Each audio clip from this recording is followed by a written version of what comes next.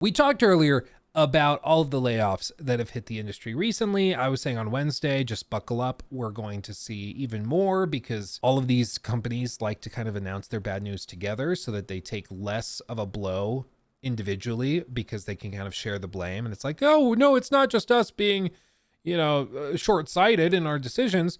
We decided to just like do what everybody else is doing, so you can't be that upset with us. It doesn't matter. Well, there's been another announcement.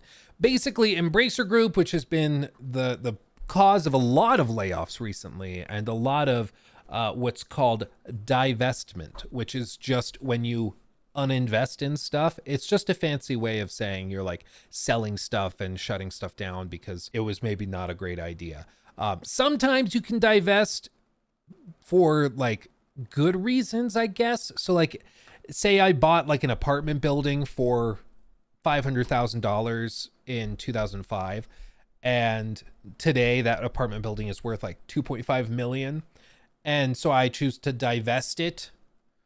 I guess technically I'm getting out, and it's like, it's not necessarily a bad thing because I'm getting out with like $2 million, but still, it's not as, it can be bad. Like it can be bad. It can technically be good, but it's basically just a fancy way of executives being like, ooh, we're divesting because we over invested. With this though, what Embracer is specifically doing is they're selling Saber, who they bought a little while ago.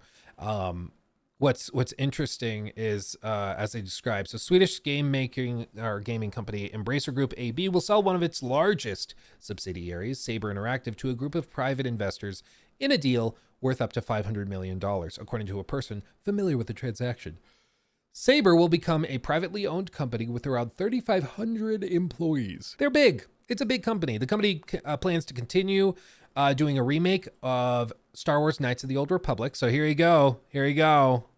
To everybody in chat who's been asking about the Knights of the Old Republic thing. They apparently plan on continuing to work on it, which is cool. So, it was removed from its previous developer, Aspire Media, in 2022 because it was apparently a mess and they couldn't figure it out. And so they pulled it out. It goes to Saber. And apparently they are going to keep the rights to it and they're going to keep developing it, which is kind of cool.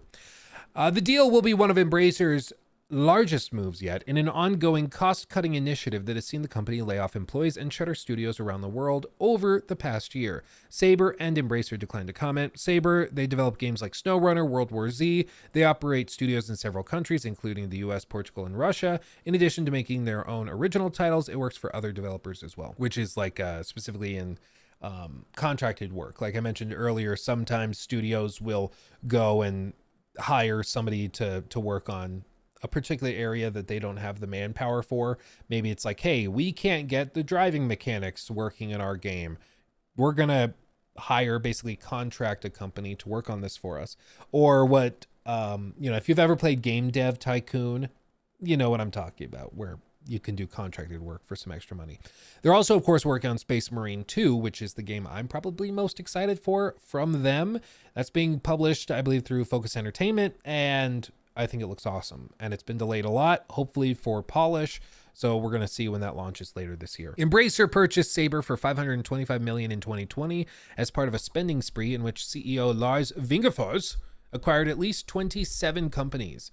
Several of the acquisitions, such as Demiurge Studios, based in Boston, and New World Interactive, based in Denver, were folded into Saber. And this is really interesting. Like, there is no way to twist this other than, there he is. Bet he feels pretty stupid now. There's no way to spin this other than they simply overexpanded. They acquired all of these companies in like 2020, 2021, 2022, because debt was super cheap. And when they were going to banks to get the debt to purchase these studios, they were able to back it up by saying, listen, we're negotiating a big investment. This investment fund from Saudi Arabia is looking to give us $2 billion. And banks were like, ooh, so you've got plenty of money. Yeah, we'll lend you that money to buy a studio for 50 million or for 100 million, whatever. Yeah, no problem. Turns out the deal fell through. The whole thing collapsed and it was just a total blunder. And so this guy brought in tons of new companies. They bought tons of studios. did tons of stuff, and now they're having to get rid of it all because they can't actually afford it. Big ol' oopsie. Big ol' oopsie. Unfortunately, you know, he's still chilling, he's still doing fine, but this is just how it works. Is sometimes executives make big moves that screw over the employees and they don't really suffer as a result of it. It just is what it is, unfortunately. With this though, as a result of this announcement, what happened, this $500 million includes an option for Saber to bring along multiple Embracer subsidiaries. Interesting. So it seems like potentially if they purchase them for $525 million, they then folded in a couple of other studios such as Demiurge and New World Interactive. They've spent well over $525 million. If you factor in these other guys, like they might even be upwards of like 600, 700 million that they've poured into this one company, Saber, and they're offloading it for 500 million, which to me sounds like a loss, but it just seems like they need to get rid of it. And sometimes people are like, I saw a comment on one of our stream clips asking this, so forgive me, I don't remember who said it, but somebody was just asking, they were like, why would you sell something at a huge loss when you could just hold it right now? You're a big multi-billion-dollar company. Why not just hold it until you can sell it at a profit? The problem is because these things are not static objects. It's not like a piece of art. Like if you go and buy a Monet and it sits in a temperature controlled, humidity controlled room, and it just sits there becoming more valuable as time goes by, you not selling it today versus tomorrow is going to cost you just like the difference of the daily upkeep of that thing, of that art piece. It's just going to sit in the vault that you pay rent for, or maybe you own the vault or whatever, and it doesn't really cost you anything. You just wait, right? With this, it's a business. You're paying salaries, you're paying healthcare, you're paying for insurance, you're paying for the physical building, for the IT infrastructure, you're paying for all of these things on a month-to-month basis. And so it's not as simple as just holding it. And the only way you pay for that stuff is either with money you get through debt or through cash flow. The problem for Saber, the problem for Embracer in general, is that they have very little cash flow right now because they bought all of these studios hoping that they would buy them. They would put out great games that would bring in a bunch of money and pay for themselves, and then they could pay down the debt. And how they were going to bankroll it in the meantime was with the debt they got through investments through like that Saudi Arabian investment company. And when that fell through, all of a sudden there was no way to actually pay those things on a month-to-month basis. So as a result, they just were screwed. It's like those guys that they're I wish I had it bookmarked, but there was this guy I remember seeing videos of. There's a guy on TikTok and Twitter that kind of analyzes and follows financial gurus that don't know what they're doing. And one of the guys he followed and made some videos on was this like couple that did Airbnbs, and they would buy up all of these Airbnbs. The moment they got any extra money, they would then go and rent another apartment in another city and then turn that into an Airbnb, even if it wasn't technically allowed. It wasn't CoffeeZilla. It's a smaller guy. He has, for his profile picture, he has that guy that blew like 97% of his wealth. It was like billions and billions of dollars. I don't think it was SoftBank's CEO. Maybe it was. But anyway, the point of all this is that they followed this couple who was hyper expanding and leveraging everything. And so they were going and they were buying up all these properties they couldn't actually afford because they're like, oh, well, so long as we rent them out through Airbnb at this percentage rate, we're good. We're going to make money, and they'll pay down whatever mortgages we might have, and they'll pay the rent for the property. We pocket the difference. It's great. It's just going to be awesome. And then the Airbnb crash hit because everybody started getting like fed up with poor quality houses, with crazy cleaning fees, with inconsistent quality metrics and things. And so Airbnb started to kind of plummet in terms of value. It wasn't just a money-making machine anymore. And after COVID, a lot of people just realized, hey, I still kind of like going to the hotels.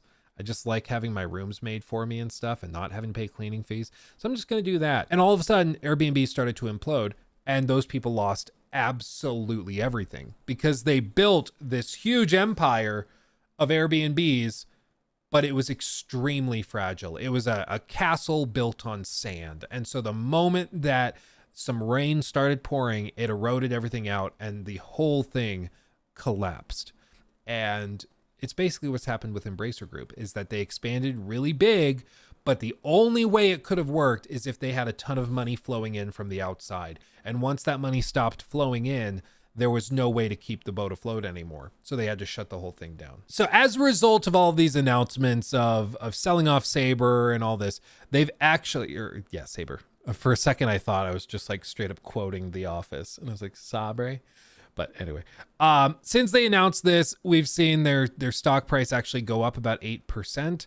So investors seem relatively happy with this news, but you can still see like they were riding highs in December. If we go back like right around the time they were making all these acquisitions, they were blowing up because everybody's like, wow, they're doing really good. They're buying up all of these studios. They've got things figured out. They're expanding super hard.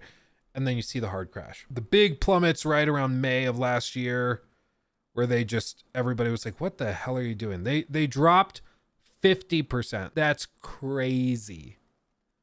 50%. But this is what happens when you are short-sighted. Like the executives were looking at it in 2020. They're like, hey, if we buy up all these studios, if we expand really heavily, we can get to a share price probably well above $120. And they did. But the moment there was any slight pressure, it just plummeted. It just plummeted. 1 year return, minus 59%. Price to earnings ratio of 22.1. Still have a market cap of 26.74 billion. They're still huge, but they used to be a lot bigger. They used to be huger, and now they're less huger. Okay, so 60% of the time it works every time. He took my thing.